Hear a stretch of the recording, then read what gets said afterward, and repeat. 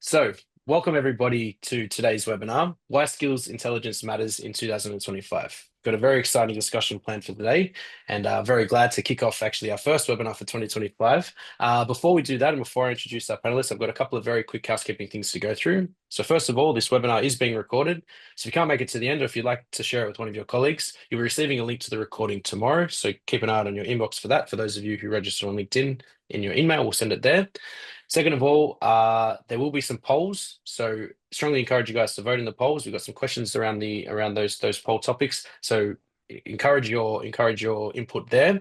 And last but not least, there will be time for a Q&A at the end of today's session, probably around 5 to 10 minutes before the end. So if you've got any questions for our panelists, feel free to fire them into your Q&A section at the bottom of your screen. Those of you who are in Zoom, if you're on LinkedIn, unfortunately you can't do it there, but I'll be checking there, so you can drop it in the comments there and try to answer them as well. If for some reason we don't get to all the questions, we'll be sure to answer them by email after the webinar. So now that that's out of the way, I would like to introduce our panelists. I'm going to go left to right on my screen. So I'd like to start with you first, Leah. So could you just give us a quick introduction about yourself? Yeah, of course. Thank you for having me. So Leah Boxall, I run a business called Enablists, which is a project and PMO change consultancy with a twist. So we're not like your traditional project management companies. Actually, what we are is it's focused on delivering the outcome to help your business with what you're trying to do from a strategic point of view. So what we do is we'll help businesses really understand how they're going to drive that change adoption and deliver to that outcome. So thanks for having me.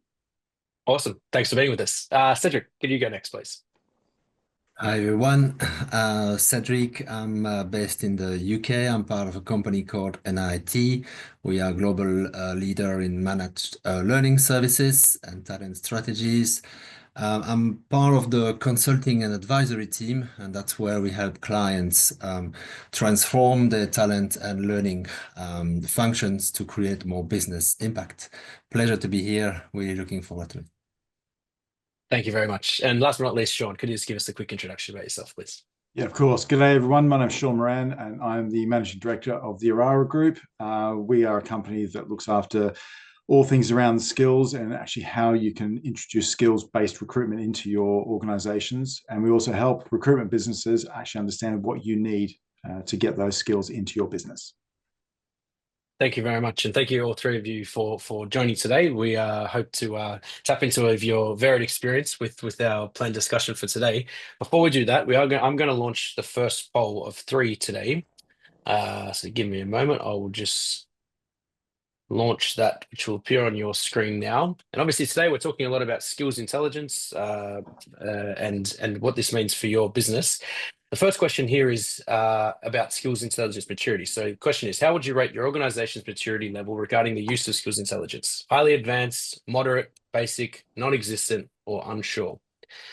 And we have a lot to go through today, and it doesn't matter at which stage you are, or even if you're not sure where you are, that's completely fine. But we hope to, get into the weeds of this topic throughout the discussion today. And I can see about half of you have voted. So if you're just listening in or on another screen, cast a vote, and then we will share the results. Give it just a couple more moments. Okay, looks like it's done. So I'm going to end the poll, share the results, which should be on your screen right now. So how would you rate your organization's maturity level regarding the use of skills intelligence? 50% with highly advanced. We actively track and leverage skills data. We got 25% for non-existent. We do not use skills intelligence in our organization, and we got some votes for unsure as well. And that's kind of fitting because we are going to hopefully discuss all stages of the skills intelligence sort of life cycle in how this applies to different business functions in HR and stuff like that, and commercial use later on in the discussion as well. But before we get into that, I'm going to jump into the first question, which is for you, Sean, talking about common challenges. And the question here is, what are some of the most common challenges companies face when trying to assess and leverage skills intelligence effectively? I think the first thing that people have is they get lost. There's so much going on, they just don't really understand where to begin. You start thinking about data quality issues, where are we going to get the data from, what kind of technologies are out there at the moment. There's so much noise in and around that. The first bit that I would always recommend people to start thinking about is, okay, well, what group or department or even team would benefit the most from moving towards a skills-based platform. And that simply makes it a lot easier, bite-sized chunks. And also, one of the key things that will allow you to do is to demonstrate to the key stakeholders within inside of your organization that the concept actually works. And I think that's the biggest thing. The challenge is there's just so much noise out there. Let's just break it down and start thinking about, okay, well, what infrastructure do we have currently? And that's your back office and the data in terms of L&D. If you've got an L&D team, that will be a massive benefit for you, because L&D should be signposting to where your skills deficiencies are. And then you're able to start picking up, okay, well, that's a group over there or a team that has a deficiency in skills. Let's focus on that and change that.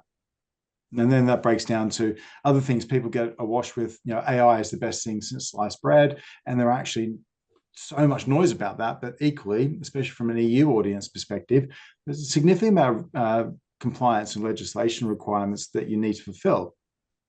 Now, in that on its own is a huge problem, because you may be employing say an American technology that won't comply at this point in time with the EU-based requirements. So it's just little different things. I think break it down into small things. What team's going to benefit from it? And also, how am I going to do this into a bite-sized chunk? Mm-hmm. Mm-hmm. Yeah, interesting point. I think it leads nicely as a segue to our next question for you, Lee, talking about. Yeah, sorry. Do you mind if I just add something to what Sean just said? To remind ourselves that not all skills are equal. And it's going to be very easy to get lost in the weed of going to assess and create all those level of proficiencies and get really lost, like you mentioned, Sean. So really think about first the criticality of those skills is very key, and then define your assessment strategies around those skills based on that. Sometimes it's just good to see baselining a skill if it's there or not.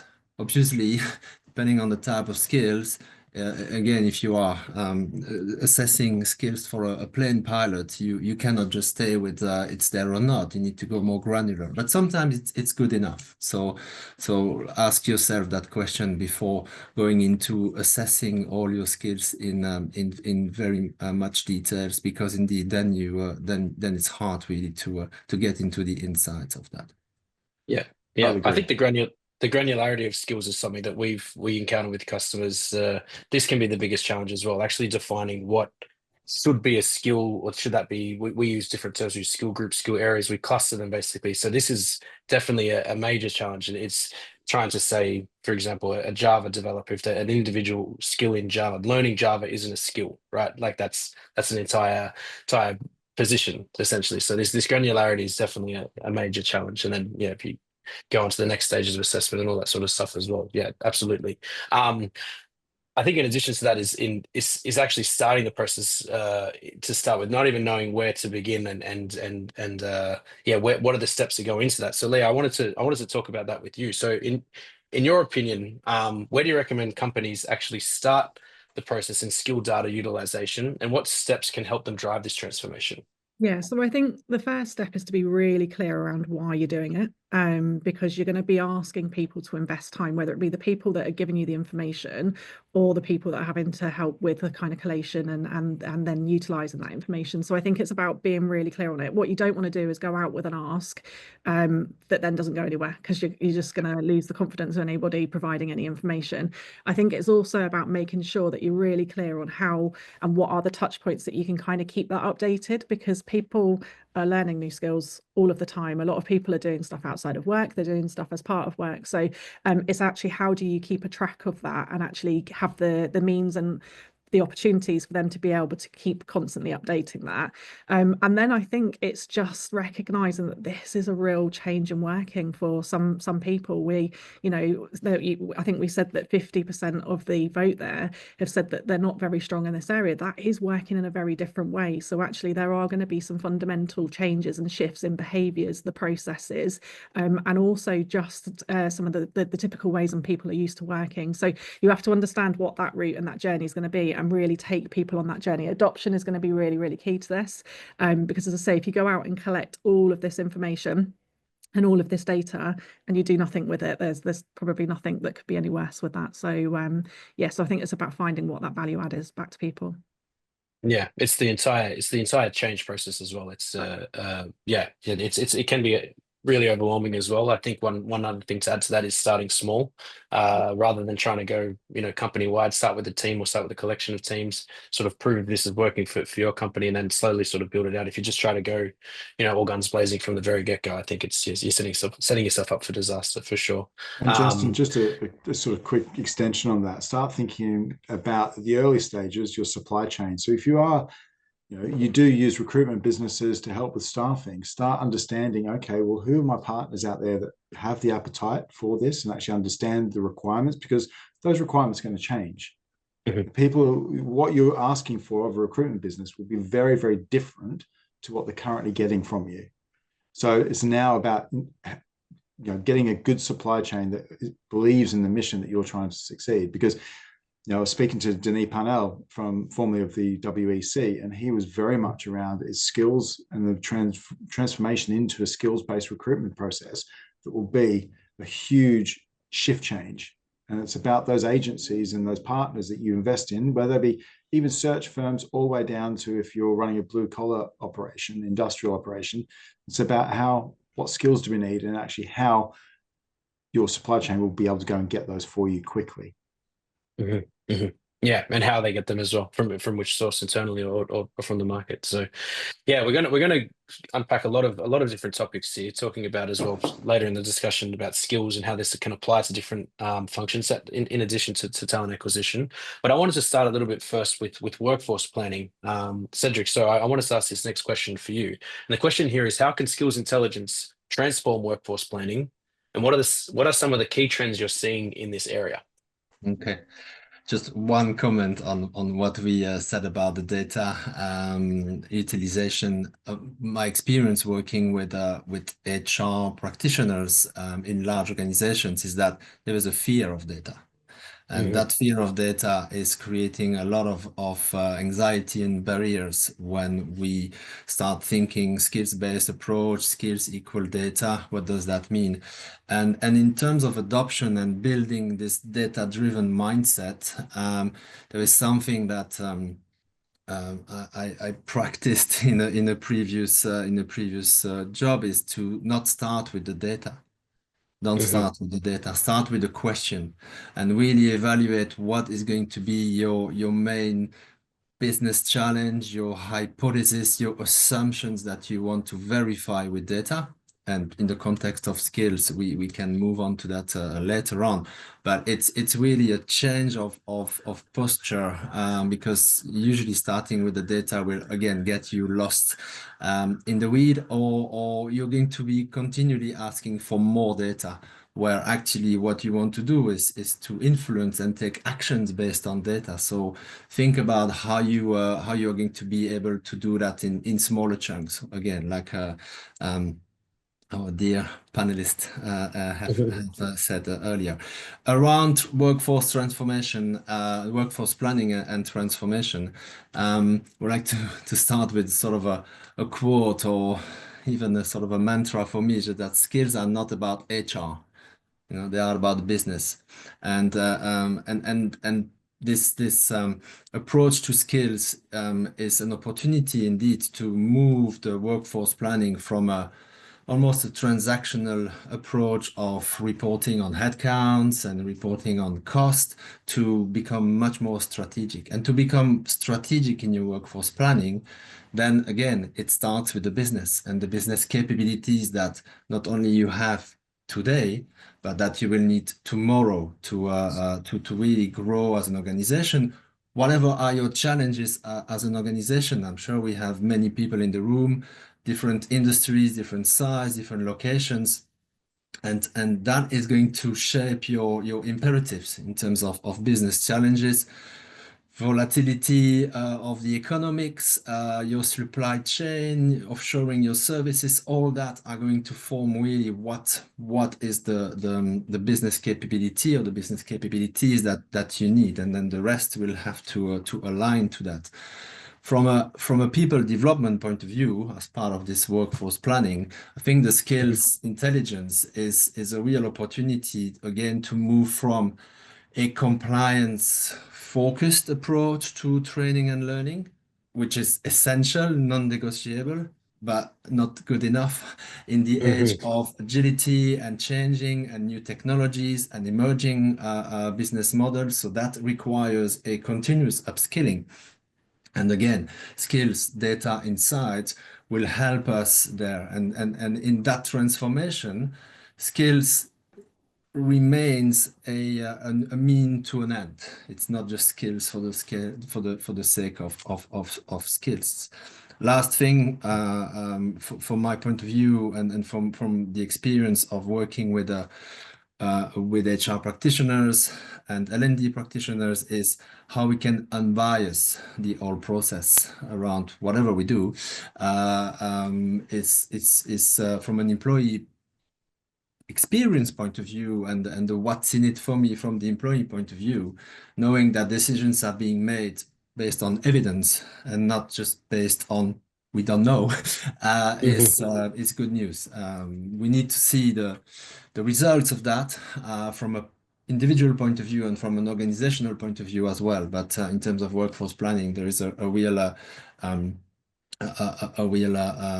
promise there.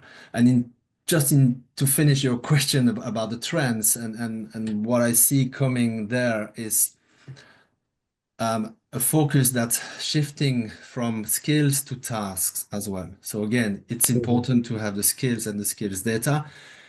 It is a risk for many to get lost in the weed of too many skills, trying to get exhaustive and then defining 6 levels of proficiency, and then you end up with 1,200 skills and you don't know where to start. And AI is helping there. Gen AI is helping us to improve the semantic and the consistency of that.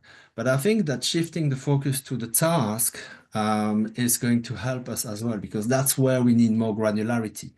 And as HR practitioner or L&D practitioner in the past, we would rely a lot on SMEs and experts to tell us, what is actually at stake doing that job and what does it mean to perform in this job. Well, now the good news is, again, with a bit of AI and augmentation from that point of view, we are less reliant on SMEs. We still need them, but we are less reliant. And so as L&D professionals, hopefully we can do better performance consulting, deconstruct the job, redesign some part of that thinking ahead of what needs to be automated, augmented, substitute, whatever. And that is going again to help us do more strategic workforce planning. I also just wanted to add on that. I think one of the things that we need to make sure we're remembering is the line manager's role in this, because we talk about L&D and HR professionals, but actually they're the ones that are speaking to these people regularly, or certainly should be, and actually finding out around, how they're doing, what they're interested in, what their aspirations are, and things like that. So I think really leveraging and empowering them to be able to have those conversations to build on it is really, really important. It shouldn't just be seen as a HR or an L&D thing. This is a part of your commitment and your responsibility as a line manager to make sure that you're helping your people go on and develop and flourish and do all of the fantastic things, and in return you're able to then go and use their skills for different parts of the business that you need to. So I think there's quite a lot around making sure that those things are happening in the right ways as well. Yeah, it's very interesting. I think if you're all familiar of Josh Burson, he had an interesting use case with the company called EPAM.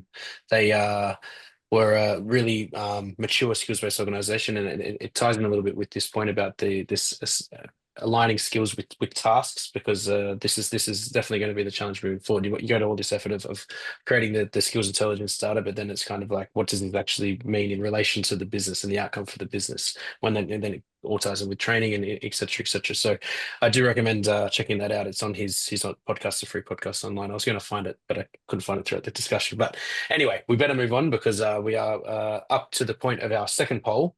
But yeah, thanks very much for those inputs there, Leah and Cedric. The second poll here is talking about, oh, it's already on. Just making sure the panelists can vote. It's talking about skills data utilization in HR. This is going to open up the next question or next portion of our discussion here. The question is, in which HR functions, if any, does your organization currently utilize skills intelligence data? Now, this is multiple choice. You can choose multiple answers here. Recruitment and talent acquisition, performance management, promotion and career progression planning, succession planning, training and development, workforce planning and forecasting, or other. And I'll let that run for a little while longer. Sometimes a little bit of a lag because we've had some more people join in since the last time I checked. So thank you if you've just joined in. And if you have just joined in, please cast a vote, and I'll share those results shortly. Okay, I better end the poll because we need to move on. Ending the poll, sharing the results now. Because it's multiple choice, there's going to be a funny array of results. But the leader was with 56% recruitment and talent acquisition. We got 44% for performance management, promotion and career progression planning, and training and development. We also got some votes for workforce planning and succession planning. So a pretty varied batch of responses there, which is interesting to see. I'm assuming that some of these people that joined in late might be higher up on that maturity scale than those that voted earlier. But Cedric, I'll bring it back to you, actually. This question here is in relation to the poll. So how can organizations better integrate skills intelligence data into HR functions, broader HR functions? Yeah, that's a very good question indeed. And with NIIT, we did some research last year, and the report pointed really to a number of barriers again to adopting and elevating the maturity in terms of skills-based strategies, and the coordination among the talent value chain was clearly one big element, one big obstacle. And if we start with the mindset that skills equal data, to unlock the value of that data and find the insights, we need to look at that across the talent value chain and take the employee and the people and put them at the center and look at this life cycle. If we I don't know, if we go and do hiring based on degree and experience, and then you enter the company and your onboarding is based on your job title, and then tomorrow you're going to be promoted based on whatever gut feeling or good relationship with your line manager, and then the day after your learning recommendations are based on a current skills gap, not the future skills gap, then you have a big problem. You are at risk. So again, looking at that, and going back to the point Leah made originally. Initially, it's going to be a lot about change management. It's going to be a lot about how do we bring those different HR practitioners around the table and find a common language, because around skills, as we know, there is lots of different definitions and semantic coming from skills, competency, ontology, taxonomy. All that needs to be clarified in a way or in another for people to align. And then start with some specific use cases. Don't start with how we're going to change the old processes.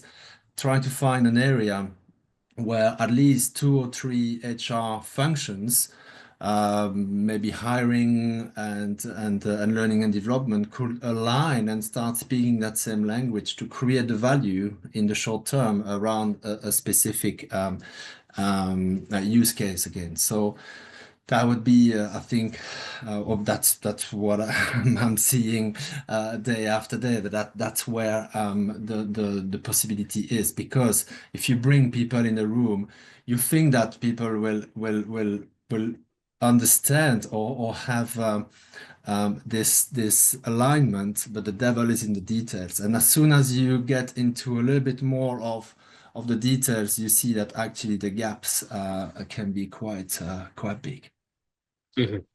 Cedric, Interesting. I just want to So yeah. expand on a couple of points you made. I think what was really striking was that succession planning was so low on the poll in terms of the use of skills-based intelligence. I think that you mentioned a really good point around, people being promoted, and then actually, if you start thinking about what their skills intelligence sits in the current role, you should be future planning in terms of your succession. So developing the skills to enable them to do the job when they hit that job at the next step of their career. And equally, there's a really cool model where you see a circle, and it's basically the way people learn and the career path they have in terms of one specific role. And they get to a point where they're just at the top of that. They've nailed this role. They know exactly what they're doing. And it's at that point you want to spin them off onto the next journey, because you're keeping their momentum, you're keeping their enthusiasm for the company and also their role. And so that's something that's really interesting. And also, when you mentioned, Cedric, about talent acquisition and recruitment and what they should be doing, it's a whole organization that should be looking at, okay, what is it we want to achieve? The board should be leading this. If you've got a big enough business that has a board, or the actual CEO or founder, they should be looking at this going, where do we want to be in 5 years' time? Because they always ask that question. If a decent net is working with them, they will be saying, okay, where do you want to go? And then they're pulling back the journey to the point where they're starting from. And inside of that, they should be going, okay, we're going to have a skills change. How can we put that into someone's succession planning, whether that just be doing their job? Do they go off and do a degree? And that we'll fund, because that's going to be the new technology we think is going to happen. So do we start them now, or do we get them to some different type of further education? So there's lots of little things there that sit in and around the skills intelligence and the skills-based employment, that it's a bigger discussion, and you need to pull in different experts to have that and go, okay, what is it that you're going to need? How are we going to deploy it? L&D really should be at the precipice of all of this, because they have the microscope on the business to actually understand where the skills gaps are. Why? Because they're trying to change and train and develop individuals inside that business. It shouldn't really be led by HR. HR is a very important part of it. Totally get that. But actually, it should be led by someone that sits outside of that group and draws on that experience. Okay, what do we need to do to comply with X? Talent acquisition, what do we need to do to, talent acquisition is really an extension of marketing. Mm-hmm. It sounds a bit odd, but when you're thinking about it, they're telling people why they should be working for your organization. Employer branding and stuff like this. Yeah. Yeah, it's very interesting. And thank you very much for that. I think there's lots of different platforms, ours being one of them out there, but just to tie a bow on this, in the HR process, what we find, and kind of a big contributing factor to our whole product development, is integrating this intelligence data into more functions. Because once you realize you've got this baseline of skills data, it's okay, what can we actually apply this to? So from that, we've connected it to performance review, to strategic workforce planning, whatever. And as I'm sure plenty of other players out there are doing, but it's fundamental, obviously, once you've got it, and what Justin, can be achieved from this. Yeah. Just to flip that on its head, you understand what skills you have inside your organization. That could turn into a power play that you pivot your organization to go to a different direction, because you've already got the skills there. Yeah. So it's not just a one-way street. Yeah, exactly. I mean, even when you're talking about, as you talked about new roles and stuff like that, and the way that skills and the way that tech's moving, AI, that there's completely new roles being born out of nothing. So there's, for example, head of AIs, or like the AI officer, chief AI officer. These are like roles that you're starting to hear that are coming out of this whole AI movement. But it's just an example. But if you have the skills intelligence data for a role like that, or another role, DevOps is another one that came around a few years ago that didn't exist 10 years ago, or whatever it is, 15 years ago, and then it got brought out of nothing. Once you see these skills, and okay, this person knows this skill, but we think it's moving in this direction, that'd be the person that we send to training, or we can give really targeted training towards, because we know we're going to need to develop in this area further down the line. So yeah, it is extremely powerful once you've got it within the business. But yes, thanks very much for both of you for those responses. We are going to move forward as we are at our halfway mark. Talking next here about commercial risks. I will stay with you, Sean, about this. But from a commercial perspective, which we have kind of alluded to a little bit, from a commercial perspective, what are the risks of not having a strong skills intelligence framework in place?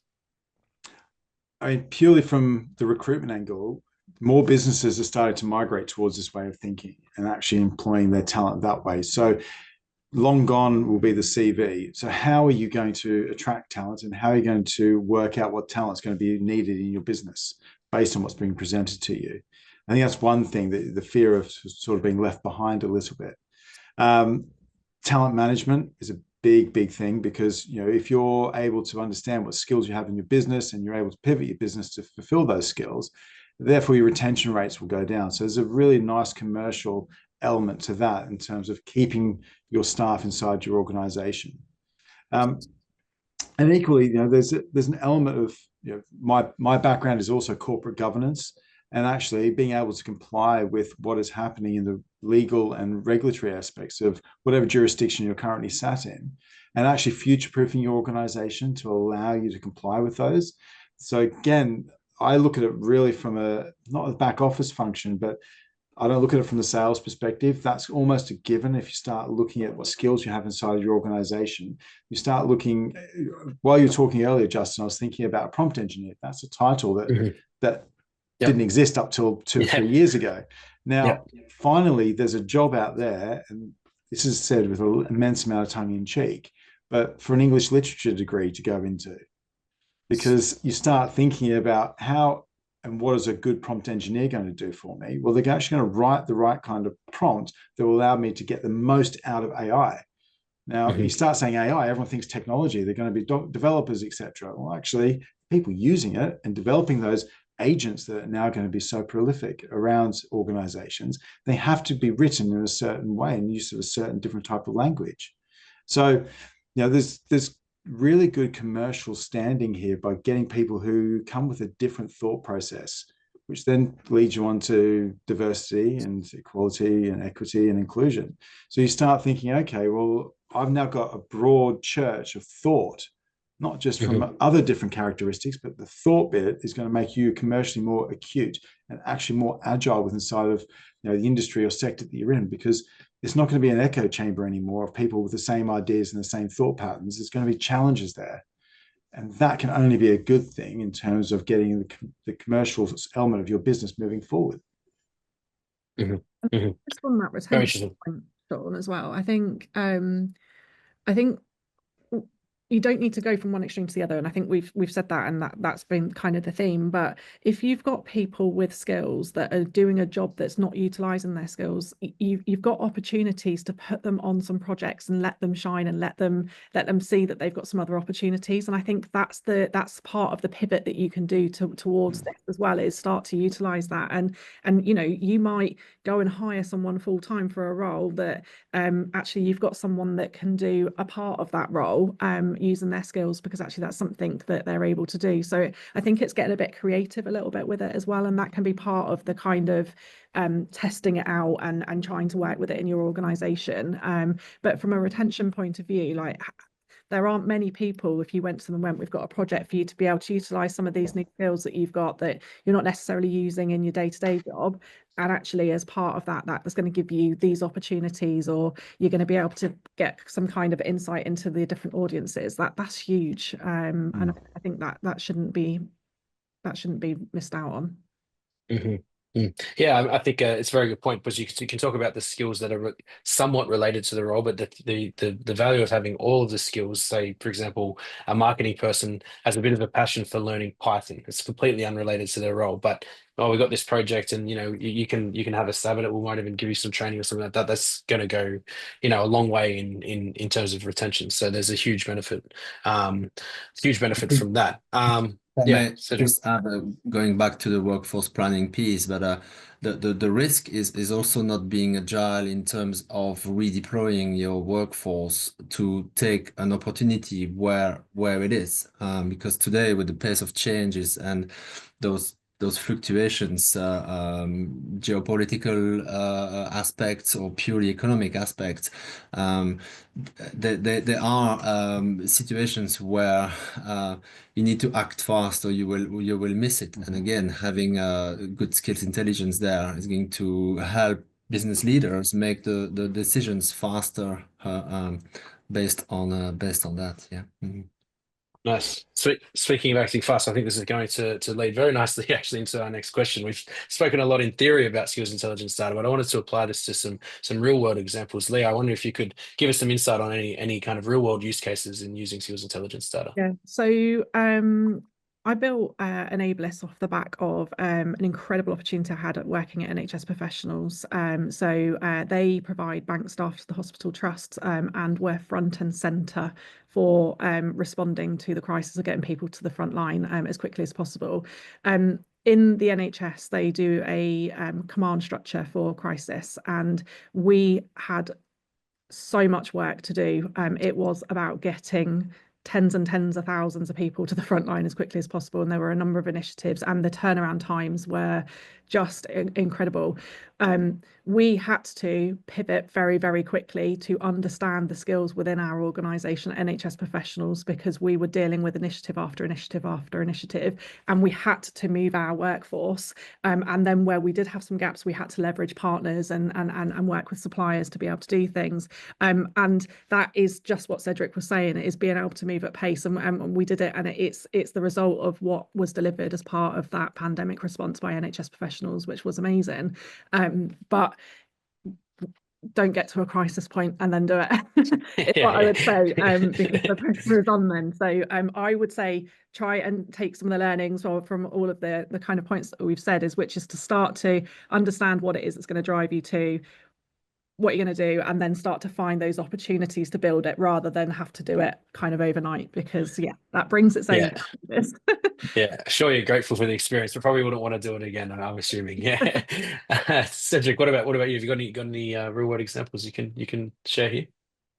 Yeah, no, no, not to that scale of the pandemic situation, and always a good opportunity out of a crisis. But in terms of skills data collection analysis, I have seen very good examples of how organizations can go and report on those skills.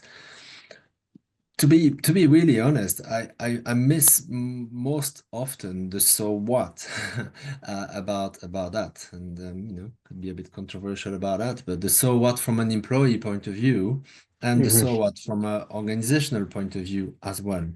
And Sean, earlier you mentioned about L&D practitioners should be there at the forefront.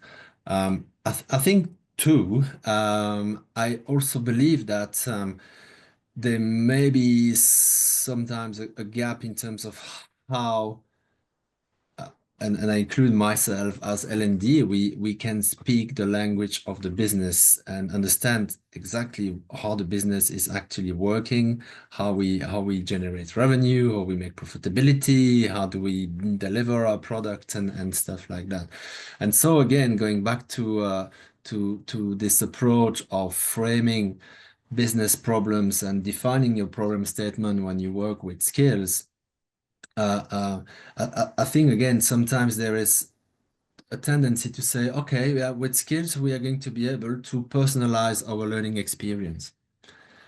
And it's it sounds like a good plan, but to do what? And I'm always trying to then help our clients to think about, okay, with that learning experience, more personalized, to do what? Well, to increase adoption of tool. If we take AI upskilling as an example, and we say we want to baseline our organizations, we have 200,000 people, we want them to know a bit about AI. Why? Well, because we want them to use Copilot more often. Why? Because we have low adoption of Copilot. Yeah, but why? And so, see what I mean? It's just like I'm this annoying person because until we can say we want people to increase the AI skill, to use better a tool like Copilot, to reduce the administrative tasks in a factory in Brazil, because we have noticed that we have huge lack of productivity in that area of work. Then we can start talking about why we should use skills data to go and improve that situation. So yeah, going back to your question, real life examples, yeah, there are pockets of very good practices. What I have seen recently is around the data collection and technologies, skill intelligence technologies are there to help, but we need to be very careful not to think that that is the graal. Like, I don't know, Mhm. many years ago with the emergence of learning platform, we thought that completion would be the graal of learning, right? So let's stay vigilant that it's not about the skills themselves. It's going to be about what they can really help us achieve. Yeah. Mm. No, you raise a very good point there because it as well comes down to the level. I mean, when you're talking about skills data collection, and from an employee perspective, as you said, like why would I even bother? Why would I take the time to do this? Like, Yeah, what's in it for me? And you need at every level, this needs to be connected to something that's tangible, right? Because as you said, we're losing productivity in Brazil. This is from a business perspective. But I'm a worker in Brazil. Like, why do I care? You know what I mean? Like, well, how is this going to benefit me? So this is a really, really important point because yeah, we've seen even the people that we've worked with, they collect the skills and then do nothing with this because it's just like it's a one and done, which is completely against what you're trying to do when you use a system like ours because you can update skills and stuff like that. So it's a really interesting point that you raised there. I think that's it's good to keep in mind. Moving on, thanks for that, guys. We're talking a little bit, which we've touched on a little bit about cross-functional collaboration. If we talk about HR and L&D as two separate teams, obviously, but elaborating on that a little bit further, Sean, I wanted to get your opinion on how skills intelligence data can enable better cross collaboration between teams. I think reversing the so what question, you have a business issue. And now it's a case of what skills would benefit and knock out that. And that's where the cross-functional collaboration starts hitting home, because you've got to collect the data. That's the first bit. And then that's to then defend against any issues that you have inside of your business or anything that's either attacking your business or an area you want to expand your business into. And I think that's where you start picking out, okay, well, we've got a problem. Use the Brazilian one again as a case in point. And who has the skills in the locality that we need, or is it more a business critical need to fly someone out to fix that? Or do we have someone in country that's able to do that? If we fly someone out, what are the problems going to be and what's the cost to the business? And it's start actually understanding the cost benefit to the business. I think one of the other things is that, and I mentioned it earlier on, it really is across all functions inside of a good business. Legally, can you do it? That's the first thing. Can you capture that level of data? So legal's got to be involved. HR, how are we going to store that and how are we going to look after that data? How are we going to grow that data? L&D, how are you going to use that data? And operations, what do you need that data for? What problems do you think you're going to have? So it is across the whole function, and then you start going into the micro departments in terms of, say, finance, etc. So the big thing is it covers everybody because it's open to everybody. And you just want to understand, and Cedric made a really valid point. So what? What's the output here? You've got a task, what's the output? Well, what skills do we need to fulfill that task to then generate the output? And what is the tangible amount of that output? How is that going to make our business better? And there's obviously the phrase at the moment is incidental consequences. That people don't think about. And this is where you start talking across the business. So it should be sat at the board level. The board level should be discussing this. And that's where L&D or HR or somebody who is the manager of the skills portfolio sits there and goes, because we do this organically. You know, you have a project that's coming along. Oh, I know Leah's going to be great for this project, or Cedric's going to be brilliant for this project. Now, it's just that spark, but now you've documented it and you've actually got a pool going, okay, well, what skills do we need to complete this project? Cedric's great for this, Leah's great for this. So it just reframes and gives you access to that information, as opposed to hoping somebody in the meeting puts 2 and 2 together and actually gets going with it. Mm-hmm. Mm-hmm. Yeah. Cedric, do you want to add anything Yeah, there? very, very good point. I mean, I just remember that I started my career in HR building competency frameworks, and and then gradually moved from those frameworks to behavioral aspects.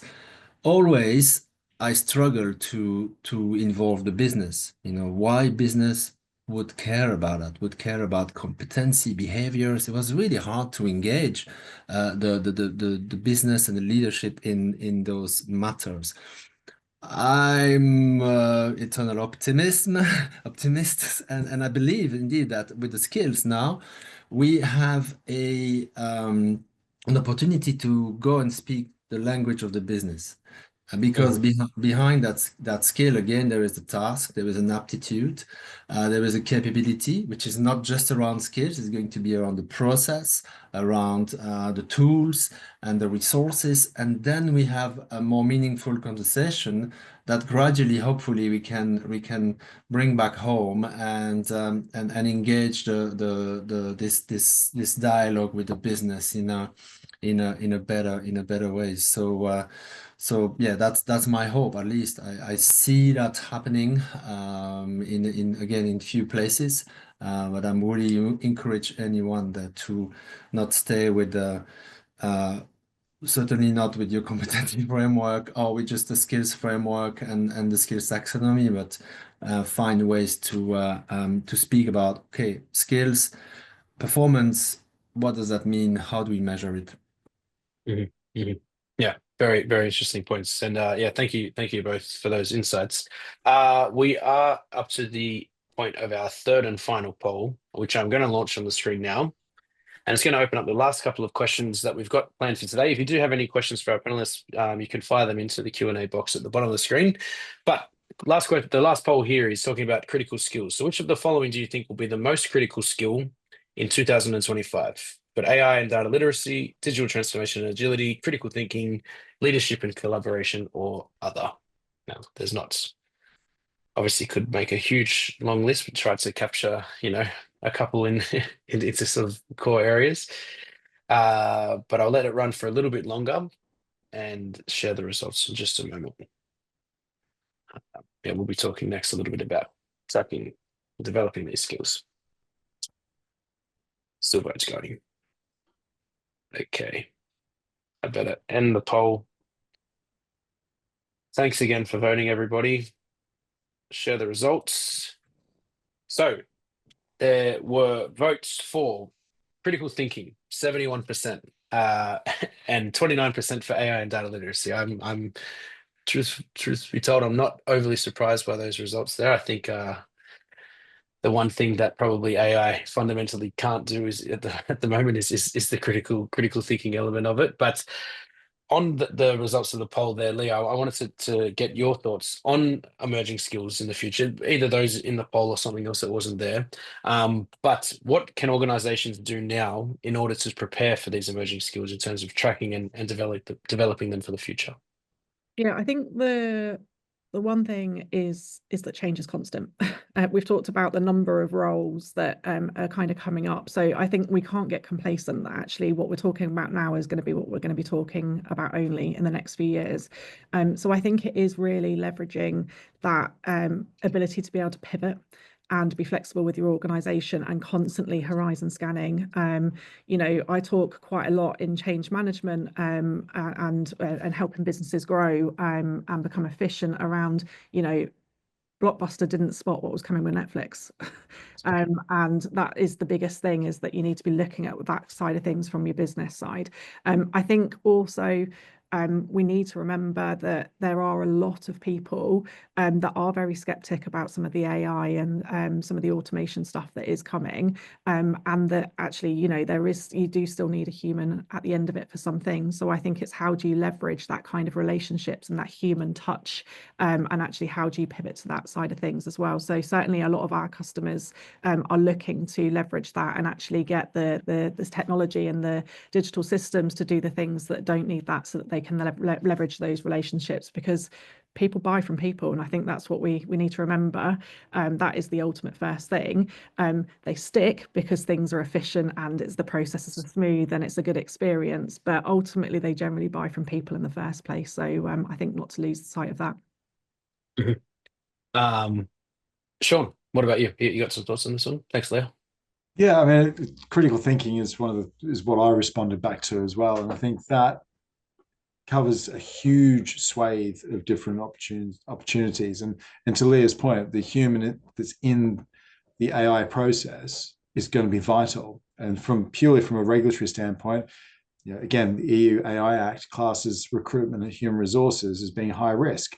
So you need to have that human in there that needs to be able to see what is going on, and also make those key judgments where they need to be made. But equally, inside of your whole business, we're putting it back into the skills intelligence side of things. Critical thinking is hugely important. I just think it's underestimated and undervalued, because everyone sees sees their job as part of a cog in a wheel. It goes back to the whole factory mentality.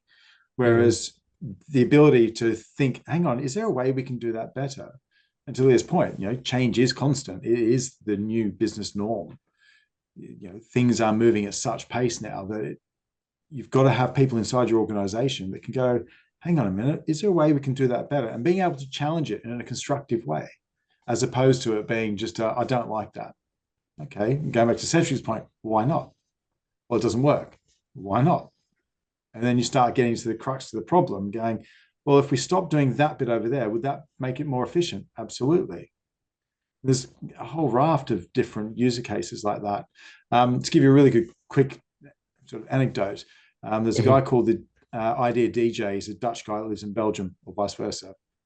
And he was working with a Dutch bike company. And they have these beautiful bikes, they're about $4,000 each. 70% of them are being returned after they've been shipped because they were damaged in shipping. So I sat there around the table and went, how the hell can we stop this from, you know, bikes from getting damaged in transit? What's the same size as a mountain bike or a full racing bike in terms of its packaging? Well, that's a big TV. So what they did is they just drew an image of the TV on the packaging. And then their returns and damaged products dropped significantly to about 10%. Now that's critical thinking. That's looking at a problem and applying something that's very different to what you're normally doing. So yeah, critical thinking is a huge thing, and it just has such a big ramification on the rest of the skills taxonomy. Yeah, I would just want to add, just from my own personal experience, I'm not sure if what you guys use, but I'm a ChatGPT user, and I don't know if you've ever fell in the loophole of like it sort of just kind of getting this endless pattern of you trying to ask for some assistance, and like I've shared these results, give me your thoughts on these results, but then it's really good at spitting out some sort of like jargon, but when you get to the crux of actually, you know, some optimization points, or for example what you said here with this picture on the box of the TV, it's a mile off from being able to do that. It can help you automate things and speed things up, but when it comes down to the actual figuring out problems, I think it struggles massively. So yeah, very interesting stuff. We are up to the final question of today's discussion. Again, if you do have any questions for our panelists, I don't think any have been in there, but if you'd like to ask any questions either now or afterwards, you can do so by writing to us at hello@devskiller.com. Be happy to answer any questions if something comes to you after today's discussion, or if you are watching on LinkedIn where there is no Q&A. But looking for some final pieces of advice from each of you. I'll start with you, Cedric, but what is some final advice that you can give today for those looking to implement a skills intelligence framework effectively? Okay, I'll try to be short. I love your anecdote, Sean. It must be Belgium. I'm not saying that because I'm from Belgium. It must be Belgium. Yeah, So, it wasn't Dutch. making a segue to the skills, and maybe, you know, assuming in the audience we have HR professionals or talent professionals, it's the skills and the capability of taking this mindset of product management rather than project management. So it means concretely start with a strong value proposition, adopt an MVP approach to what you are trying to do when you implement skills, and try to create value quite quickly and have that recognized, and find your relationship and your partnership in the organization. Something I think I forgot to mention earlier is that there is a critical link to build between, you know, your skills intelligence framework and the job architecture in your organization, especially for large organizations, because that's really the source of truth that you need to connect to your skills initiatives. So look who is in charge of that, and what are the different roadmaps there to transform that job architecture to become more skills based. So yeah. Use case, MVP, business connection, and a very clear, specific problem statement would be my first go-to in terms of advice. Mhm. Thank you. Leah, final advice? Very similar. I've written down, know your outcome, break it down, communicate, and learn from it, and pivot when you need to. Awesome. Short and sweet. Thank you very much. Sean, sign us off here. Mine's gonna be a little bit shorter. I think everything that's been said, but just do it as a pilot program first, and just see what buffers you run into, and then see what the benefits are, and then shout about it from the rooftop, because it won't get adopted unless you shout about it and shout about the benefits, and actually front up, you know, some of the things that have caused issue, and think what can we do differently around that. Yeah, well put. Yeah, what was that? Sorry, Leah, I didn't hear it. But that was longer than mine. Yeah, yeah, sneaky. All right, we are at time. So I wanted to just thank you everybody for joining for today's session. As I mentioned at the top, you will be receiving a recording to this webinar tomorrow. It'll be up on our YouTube channel as well tomorrow. And a very big thank you to Leah, Cedric, and Sean for your insights. Great discussion, and yeah, hopefully looking forward to the next one. But thank you all, and have a great rest of the day. Thank you. Thanks, everyone. Thanks, everyone. Bye, everyone.